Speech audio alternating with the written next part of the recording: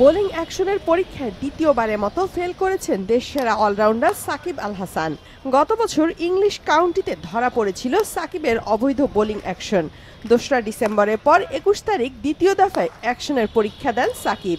তবে এবারও পাশ করতে পারেননি এই অলরাউন্ডার। বিষয়টা আনুষ্ঠানিকভাবে বিসিবি এখনো না জানলেও পরিচালক নাজমুল আবেদিন ফাহিম সাংবাদিকদের জানিয়েছেন এর সত্যতা। সাথে শুনিয়েছেন সাকিবের এই ফলাফল যদি চ্যাম্পিয়ন্স ট্রফির আগে পরিবর্তন না হয় তাহলে হয়তো অন্য ভূমিকায় দেখা যাবে এই অলরাউন্ডারকে। এটা তো অলরেডি বলা হয়েছে যে he is there. Shakib Al Hasan কনসিডারেশনে আছে। যদি কোনো সমস্যা হয়ে থাকে এই টেস্টে সেটা হয়তো আরেকটা বিষয় হতে পারে, বাট ইফ ইজ ক্লিয়ার তো সেটা ও যে কনসিডারেশনে থাকবে এটার মধ্যে আগেও বলা হয়েছে। শুধু পরীক্ষার রেজাল্ট না, এর সাথে আর আনুষঙ্গিক আরও ও কি করতে পারবে কি করতে পারবে না এইসব বিষয় মিলিয়েই হয়তো একটা প্রেস রিলিজ আমরা দেবো এবং সেটা কমপ্লিট একটা পিকচার দেবে। যদি দুবার ফেল করে সাথে সাথে আর পরীক্ষা দেওয়ার সুযোগ থাকবে না একটা নির্দিষ্ট সময়ের আগে।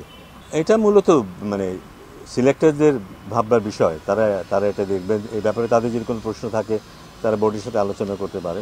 গভর্নমেন্টের ক্লিয়ারেন্সের ব্যাপারটা আমি 100% শিওর না, বাট হয়তো প্রেসিডেন্টের সাথে আলাপ হতে পারে, বাট যদি হয়ে থাকে দ্যাটস গুড। ওয়ালটন এসিতে ইনস্টলেশন একদম ফ্রি।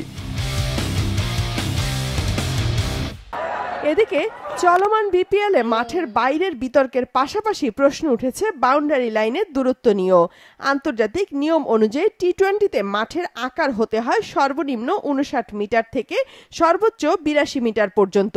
তবে বুধবার পর্যন্ত ঢাকা ও সিলেট ভেন্যুতে যে আকারে মাঠ ব্যবহার করা হয়েছে সেটা ছিল সর্বনিম্ন 58 থেকে সর্বোচ্চ 64 মিটারের কম। বিশেষ করে সোমবার বিপিএল এর খেলায় একটি 6 যেটা দূরত্ব ছিল 52 মিটার। বাউন্ডারির এমন আকার নিয়ে অসন্তুষ্ট খোদ বিপিএল এর গভর্নিং কাউন্সিলের সদস্য সচিব।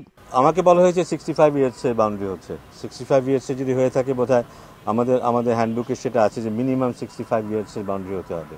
সো কিছু কিছু জায়গায় মনে হয় 65-এর চাইতেও কম আছে বোধহয়, দুই একটা অ্যাঙ্গেলে বোধহয়।